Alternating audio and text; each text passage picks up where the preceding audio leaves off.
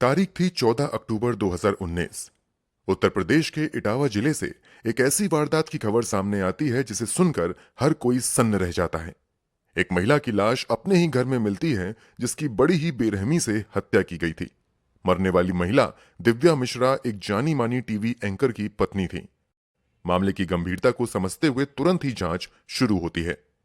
जांच के बाद जब पुलिस वाले इस मामले का खुलासा करते हैं तो हर कोई शॉक्ड रह जाता है। ये मामला था धोखे, विश्वासघात और कोल्ड ब्लडेड मर्डर का। तो आखिर दिव्या मिश्रा की हत्या किसने की थी, हत्या का कारण क्या था और इस वारदात के पीछे किसका हाथ था? चलिए सब कुछ जानते हैं डिटेल से इस वीडियो में। आगे बढ़ने से पहले जल्दी से क्राइम की कहानी चैनल को सब्सक्राइब कर बेल आइकन जरूर दबा लें। तो चलिए अब कहानी पर वापस आते हैं। जैसा कि हमने बताया, यह घटना 14 अक्टूबर 2019 की है। उत्तर प्रदेश के इटावा जिले में एक जगह है, कटरा बाल सिंह कॉलोनी। यहीं पर एक मकान में दिल्ली में काम करने वाले टीवी एंकर अजितेश मिश्रा अपने परिवार के साथ रहा करते थे। उनकी पत्नी का नाम था दिव्या मिश्रा। शाम का समय था, तभी दिव्या के ससुर प्रमोद मिश्रा किसी काम से अपने बहू से मिलने आते हैं। दरवाजे पर वो कई बार आवाज लगाते हैं मगर घर के अंदर से कोई रिस्पॉन्स नहीं मिलता है। फिर वो दरवाजे को हल्का सा धक्का देते हैं जिससे दरवाजा तुरंत खुल जाता है। जैसे ही प्रमोद मिश्रा घर के अंदर दाखिल होते हैं, उनकी आंखें फटी की फटी रह जाती हैं।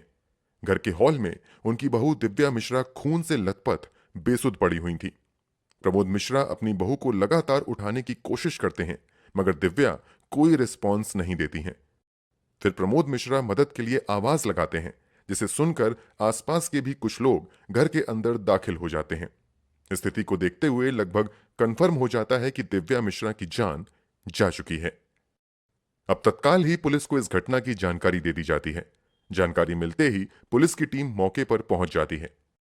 शुरुआती जांच में ही पता चल जाता है कि दिव्या की मौत सर पर किसी भारी चीज के हमले की वजह से हुई है। इसके अलावा घर के बाकी सामान भी इधर उधर बिखरे हुए मिलते हैं। देखने से लग रहा था जैसे घर के अंदर लूटपाट की गई है। जांच में कोई कसर ना रह जाए इसलिए तुरंत ही फॉरेंसिक टीम को भी मौके पर बुला लिया जाता है।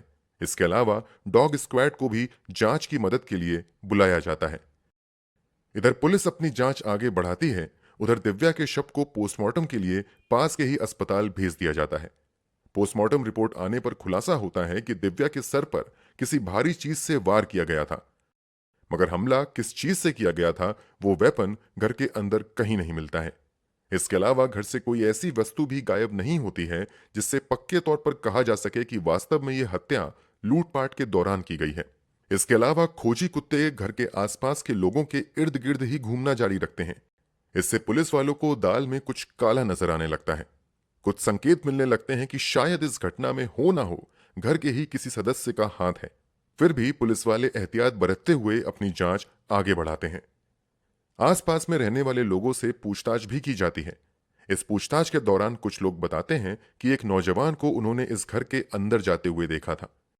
लोगों द्वारा दिए गए हुलिये के आधार पर पुलिस अखिल कुमार सिंह नाम के एक युवक को अपनी हिरासत में लेती है। अखिल कुमार सिंह दिव्या के पुराने जान पहचान वालों में से एक था। इसके अलावा अखिल की दोस्ती दिव्या के पति अजितेश मिश्रा से भी थी। अखिल और अजितेश एक ही ऑफिस में काम किया करते थे। जब अखिल से पूछताछ शुरू होती है तो यह बताता है कि जब वो दिव्या से मिलने आया था तो दिव्या बिल्कुल ठीक थी। इन दोनों में बस यूं ही बातचीत हुई और फिर वो चला गया था। पुलिस जब अखिल से पूछताछ जारी रखती है तो थोड़ी देर की पूछताछ के बाद ही अखिल अपना बयान बदलना शुरू कर देता है। बयान बदलने की वजह से पुलिस वालों को शक होने लगता है कि शायद अखिल को कुछ ऐसा मालूम है जिसे वो छिपा रहा है। अखिल के बदलते बयानों के बीच पुलिस वालों के सवाल और तीखे होने शुरू हो जाते हैं, जिसमें अखिल उलझता चला जाता है और आखिरकार एक समय बाद एक ऐसा खुलासा करता है जिसे सुनकर हर किसी के रोंगटे खड़े हो जाते हैं। पूछताछ में अखिल खुलासा करता है कि दिव्या की जान किसी और ने नहीं बल्कि उसने ही ली है, और ऐसा करने के लिए उसे किसी और ने नहीं बल्कि दिव्या के पति ने ही कहा था। अब पुलिस वाले हत्या के मोटिव को जानने की कोशिश करते हैं तो अखिल एक हैरान कर देने वाला खुलासा करता है। खुलासे के मुताबिक दिव्या मिश्रा और अजितेश मिश्रा की शादी 2016 में हुई थी। शादी के कुछ समय बाद तक तो इन दोनों की जिंदगी अच्छे से कटती है, मगर एक समय बाद दोनों के रिश्तों में खटास आ जाती है। खटास आने की वजह थी कि पिछले कुछ समय से अजितेश अपनी पत्नी से कटा कटा रह रहा था। अजितेश पत्नी को इग्नोर भी करने लगा था। अजितेश के स्वभाव में आए बदलाव से दिव्या परेशान हो जाती है और वो इस बदलाव के पीछे के कारणों को समझने की कोशिश करने लगती है। इसी दौरान उसे पता चलता है कि आजकल अजितेश की नजदीकी उसके ऑफिस में ही काम करने वाली भावना आर्या नाम की एक लड़की के साथ कुछ ज्यादा बढ़ गई है। आगे चलकर पता चलता है कि अजितेश और भावना आर्या रिलेशनशिप में हैं, यानी ये एक एक्स्ट्रा मैरिटल अफेयर का मामला था। जैसे ही अजितेश के एक्स्ट्रा मैरिटल अफेयर का पता उसकी पत्नी दिव्या को लगता है, दोनों के बीच खूब लड़ाइयां होने लगती हैं। यहां तक कि दिव्या एक दिन अपने पति के मोबाइल से भावना का नंबर भी हासिल कर लेती है और फिर फोन पर इन दोनों के बीच काफी लड़ाइयां होती हैं। दिव्या भावना से बात करते हुए उससे अजितेश से दूर रहने को कहती है। भावना अजितेश से दूर होने की बजाय दिव्या की शिकायत अजितेश से करने लगती है। इस पर अजितेश को काफी गुस्सा आता है और वो उल्टा अपनी पत्नी के साथ ही काफी गलत व्यवहार करता है। बीतते समय के साथ इन दोनों का झगड़ा कम होने की बजाय बढ़ता ही चला जाता है। पुलिस पूछताछ में हुए खुलासे के मुताबिक इसी बढ़ते तनाव के बीच अजितेश और भावना मिलकर दिव्या को अपने रास्ते से हटाने का प्लान बनाते हैं। पहले तो अजितेश और भावना किसी प्रोफेशनल अपराधी से दिव्या की हत्या करवाने का प्लान बनाते हैं, मगर इन लोगों को डर सताने लगता है कि अगर उन्होंने ऐसा किया तो पुलिस की पकड़ में आने की संभावना कुछ ज्यादा होगी। इसलिए ये दोनों सोचते हैं कि ये काम किसी भरोसे वाले से करवाया जाए।